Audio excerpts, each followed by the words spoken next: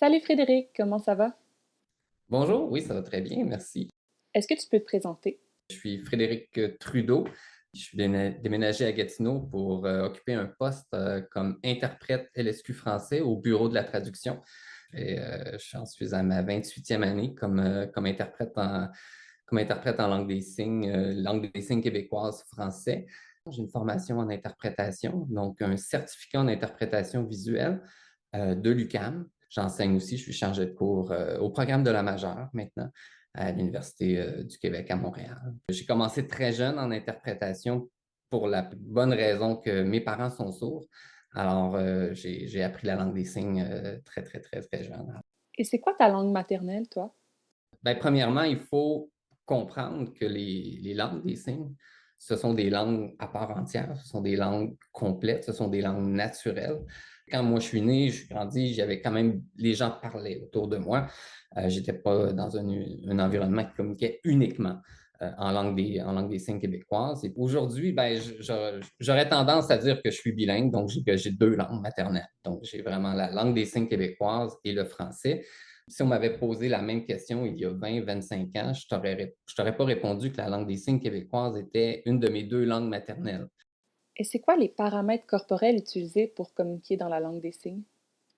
Il y a plusieurs paramètres là, propres à la langue des signes et l'expression du visage, ce qu'on appelle quelquefois aussi le comportement non manuel, dont les expressions faciales sont très importantes parce qu'elles ponctuent le discours. C'est par les expressions du visage qu'on va déceler, entre autres, une interrogative, une exclamative. Il y a des aspects structurels, et non pas juste paralinguistiques, mais vraiment des aspects structurels de la langue qui sont en lien avec les expressions du visage. Alors, ça limite beaucoup des fois la compréhension quand je communiquais en signe avec des amis sourds pendant la pandémie, si je les voyais, et puis bon, des fois on le retirait, là, le masque, là, parce qu'on on n'avait pas trop le choix. Et c'est quoi une personne sourde oraliste?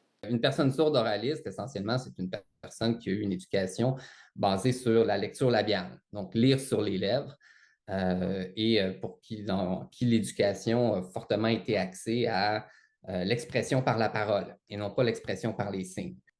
La lecture labiale complète d'autres moyens d'adaptation. Souvent, ce sont des personnes aussi qui tablent beaucoup sur leur reste auditif. Donc, c'est vraiment cette combinaison-là de la lecture labiale avec ce qu'il me reste les restes auditifs que j'ai et les systèmes d'amplification, l'implant cochléaire. Donc, tout ça ensemble va faire en sorte qu'une personne va pouvoir comprendre un message, quelqu'un qui ne communique pas en langue des signes.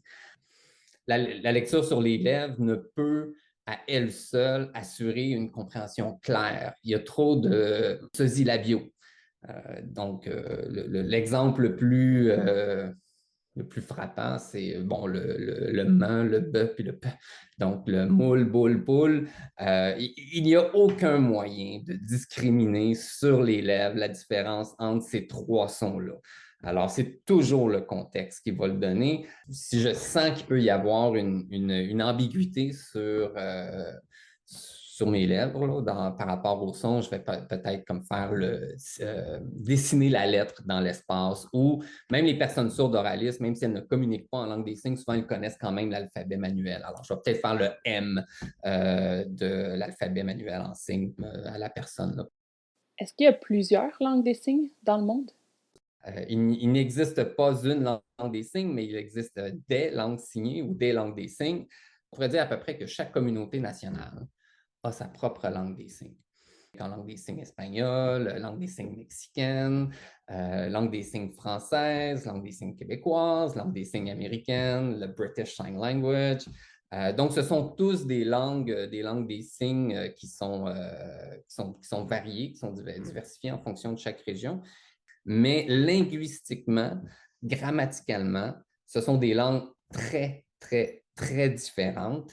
Et ce qui fait en sorte que les langues se sont développées, les langues des signes se sont développées de cette façon-là, c'est surtout dû par le contrôle que la majorité pouvait avoir sur cette minorité-là. Et est-ce que tu connais un peu l'histoire de la langue des signes québécoise?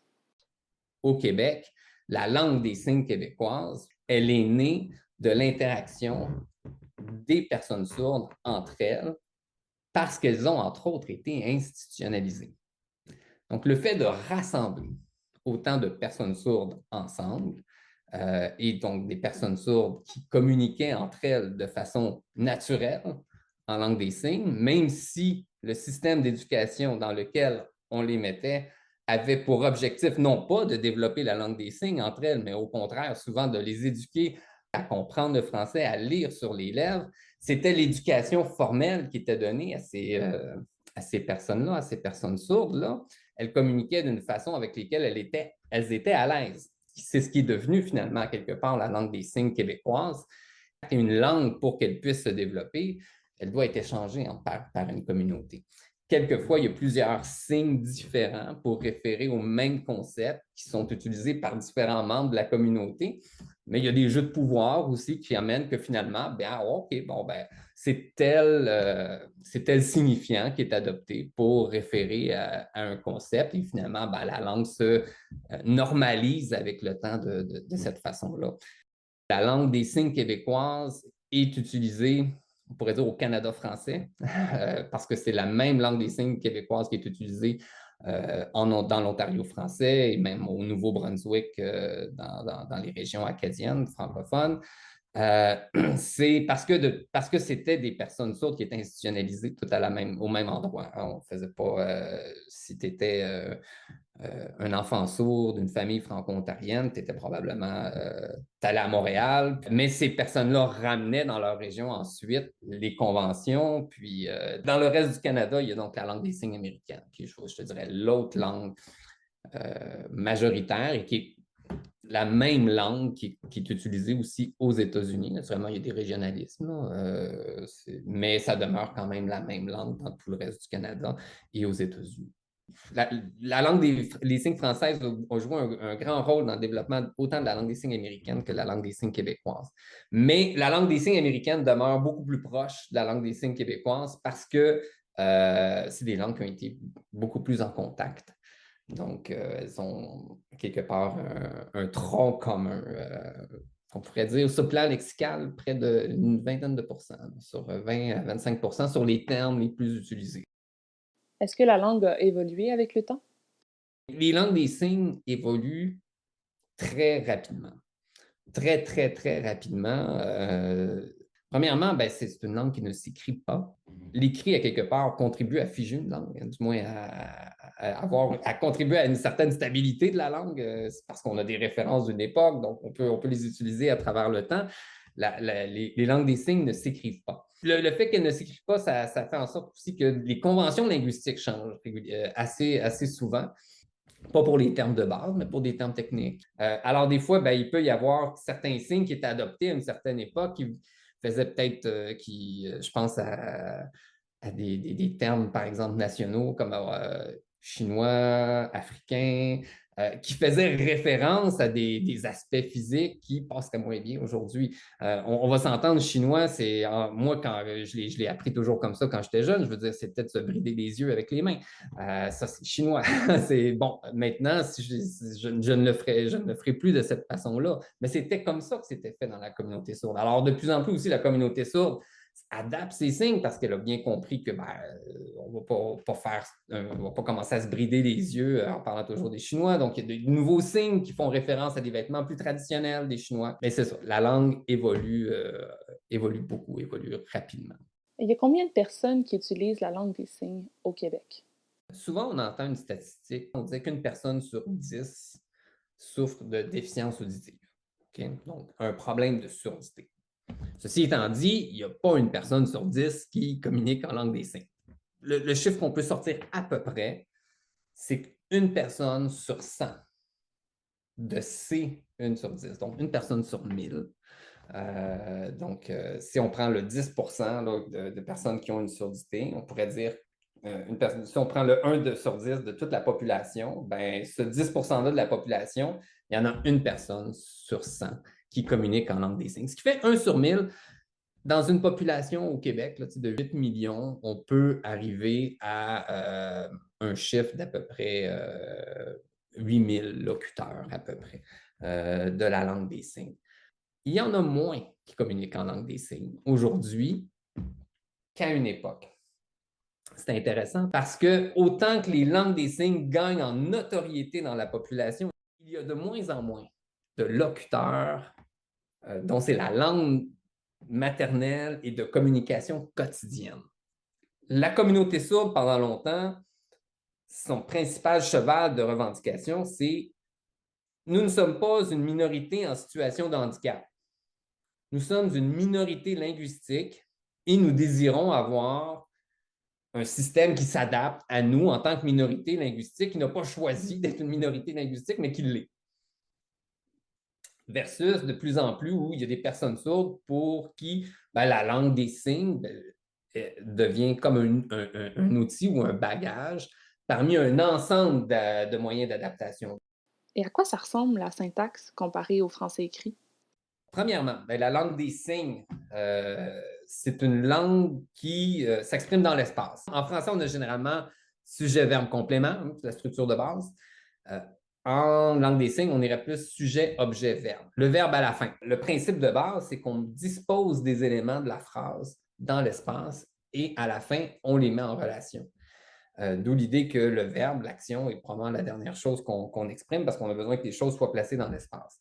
Donc, Pierre donne une pomme à Marie. Ce que je ferai en premier, c'est donc faire le signe de Pierre pour définir Pierre, que je placerai à ma gauche. Ensuite, je mettrai Marie à ma droite. Ensuite, je ferai le signe de pomme. Et au final, je fais le signe de la pomme que Marie donne à Pierre. Donc, le mouvement de mon signe donne qui part de ma gauche vers ma droite, alors que j'ai placé Pierre et Marie à gauche à droite respectivement avant, ben, le fait de donner de l'un à l'autre, ça fait en sorte que c'est lui qui donne à elle. De la même chose, il y a des signes comme ça qui sont ce qu'on appelle des signes directionnels. Donc, donner. Donc, si je fais le signe de moi vers toi, ou on suppose que la deuxième personne, elle est en face de nous, ben, donner, c'est je te donne.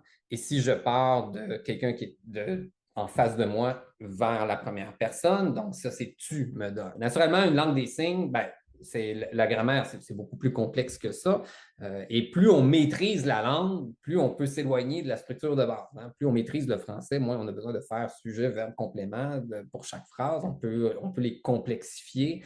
Alors, ce n'est pas vrai effectivement que le verbe est toujours systématiquement à la fin dans les phrases lorsqu'on est dans des communications usuelles, quotidiennes. Mais à la base, c'est ça. C'est quoi les difficultés quand tu interprètes du français à la langue des signes?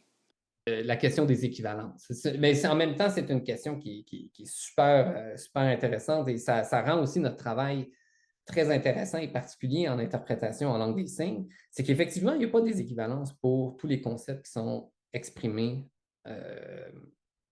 oralement ou en français. Mais ce n'est pas parce que la langue des signes n'a pas les ressources pour exprimer ces concepts-là, c'est plutôt que la connaissance s'est développée en langue orale. Hein? Quand la connaissance se développe dans une certaine langue, bien souvent d'autres langues qui font moins partie de cet ensemble de langues plus privilégiées là, pour l'avancement des connaissances, mais souvent ces autres langues-là, ce qu'ils font, c'est des emprunts. Or, la question se pose, c'est comment on emprunte d'une langue orale vers une langue signée? L'alphabet, c'est quelque chose qui appartient aux langues orales. Alors, l'épellation est une forme d'emprunt qu'on utilise, qu'on peut utiliser. Toutefois, en interprétation, c'est sûr qu'on a ce désir d'intelligibilité du message vers la personne qui reçoit. Et c'est sûr que si j'épelle quelque chose qui ne fait aucun sens pour la personne qui est en face de moi, je vais quand même essayer, dépendamment de la visée d'interprétation, de m'assurer de peut-être ajouter une courte explication sur le terme. Donc là, on peut paraphraser. Quelquefois, on va, dépendamment, si ce n'est pas un terme technique qui doit être apprise par la personne sourde, on peut uniquement paraphraser pour s'assurer que le concept est transmis. Est-ce que les temps de verbe existent dans la langue des signes québécoise? Il y a une ligne du temps. en interprétation, hein, qui va de derrière moi jusqu'en avant de moi, qui est une ressource qu'on utilise pour situer à quelque part le temps. Cette fonction-là de conjugaison de temps de verbe, propre aux langues linéaires, se traduit plus par une gestion autant de la ligne du temps que de l'espace discursif. Donc, il n'y a pas de conjugaison de verbe au sens qu'on le comprend en français. Et quel métier on peut exercer quand on est interprète en langue des signes? Au Québec, il y a comme deux grands créneaux en interprétation. Il y a ce qu'on va appeler le socio-communautaire qui va jusqu'à conférence et tu as le scolaire. Alors, c'est vraiment le fait de pouvoir suivre des cours au cégep et à l'université. C'est ce qui a ouvert les premiers services d'interprétation au Québec. En 1982, avec le service d'aide à l'intégration des élèves au cégep du Vieux-Montréal. Et à partir de la fin des années 80, on commençait à s'ouvrir des services régionaux d'interprétation pour tout ce qui n'était pas scolaire. Donc là, on ouvre le besoin on ouvre le service aux personnes qui veulent rencontrer leur médecin, rencontrer leur avocat. Là, on est dans ce qu'on va appeler l'interprétation socio-communautaire un peu plus. Et là, ces premiers services-là se sont ouverts. Et plus ils se sont développés, et plus il y a eu de besoins, tout simplement en interprétation, parce que les revendications étaient là. Et le gouvernement du Canada a ouvert pas mal ses services en interprétation en langue des signes fin des années 90 pour les débats à la Chambre des communes. C'est pas vraiment possible pour un interprète en langue des signes de commencer sa carrière au niveau de la conférence. Un interprète doit passer par ce moment où il est en contact avec la communauté et souvent, bien, les interprètes n'ont pas le niveau de langue requis pour faire de la conférence en partant. Ils doivent à quelque part continuer à s'améliorer continuellement et de le faire justement au contact de la communauté sourde. Rendu où je suis dans ma carrière, je pense que c'est correct. Mais quelqu'un qui commence en interprétation doit avoir ce lien-là avec la communauté, puis ça passe entre autres par soit le scolaire ou le socio-communautaire. Et est-ce que c'est différent quand on interprète des paroles d'une chanson? Il y a eu une personne au Super Bowl qui a fait une interprétation d'une chanson de Rihanna. Hein? C'est quoi interpréter? Hein? Interpréter à la base, c'est offrir une forme de performance. Quand une personne fait un tel spectacle, va interpréter une chanson d'un spectacle, on est moins dans la traduction que l'adaptation. Il y a un travail supplémentaire qui est fait qui ne relève pas de la traductologie, ou du moins, en tout cas, pas strictement. C'est la raison pour laquelle, dans des événements comme au Super Bowl, l'idéal, c'est que ce soit une adaptation, d'essayer de voir un peu, oui, le sens du message, mais essayer aussi d'apporter un équivalent sur le plan formel. Hein? Donc, s'il y a des rimes dans la chanson d'origine, on va essayer de faire un équivalent de rime dans l'adaptation. Et une rime dans l'adaptation, ça peut être de garder la même configuration manuelle qui revient. Et comment on devient interprète? Est-ce qu'il y a des formations? Ouais. L'Université de Montréal offre des cours, l'UQAM aussi offre des cours, il y a le SLCB, l'Institut Raymond Devoir aussi. Naturellement, il y a eu une tangente dans les dernières années aux cours en ligne. La pandémie a beaucoup joué là-dessus. Je recommande fortement d'apprendre en présence. C'est sûr que si on reprend l'enseignement de la langue des signes tel qu'on le fait en classe, en présence, et qu'on fait juste le transposer en ligne, c'est plutôt difficile, mais il y a beaucoup de travail qui a été fait, je pense, dans les 3 dernières années pour essayer d'adapter un peu justement cet enseignement-là. Puis il y a aussi, en langue des signes, je te dirais, il y a toute la question la tridimensionnalité de la langue hein, qui se perd un peu là, quand on regarde ça sur un écran. C'est plus difficile pour un interprète en langue des signes d'interpréter un message signé à l'écran plutôt que la personne en face à face à une courte distance qu'on voit très, très bien. C'est beaucoup plus difficile de le faire même si c'est la réalité de plus en plus des interprétants, c'est maintenant de travailler à l'écran. Au Cégep du Vieux-Montréal, il y a un programme en communication et études sourdes Puis, c'est un programme où on peut aussi apprendre la langue des signes, mais c'est un programme plus complet où il y a des cours sur l'histoire des sourds, sur la culture sourde, sur la communication interculturelle. Et dans ce programme, il y a un cours de stage. Et ce n'est pas des stages professionnels, là. On parle de stage, c'est un cours en communication. Alors, ce qu'on fait, c'est qu'on envoie, on envoie les étudiants dans le milieu communautaire. Merci beaucoup d'avoir participé à l'épisode. Est-ce que je peux savoir où on peut te suivre sur les réseaux? J'ai ma propre page Facebook là, sur mon compte LinkedIn. Sinon, ben, j'ai travaillé, entre autres, mon mémoire de maîtrise qui a été fait en sciences d'éducation, options didactiques. J'ai fait un mémoire de maîtrise qui porte sur la conception d'un programme de formation en interprétation selon l'approche par compétence. Quelque chose qui n'existe pas encore, là, pas selon l'approche par compétence. Puis je pense que c'est une approche qui, selon moi, s'adapterait bien à l'enseignement de l'interprétation en langue des signes. Je vous dirais que si vous faites Frédéric Trudeau, Université de Montréal, vous allez probablement trouver sur Papyrus là, mon mémoire de maîtrise.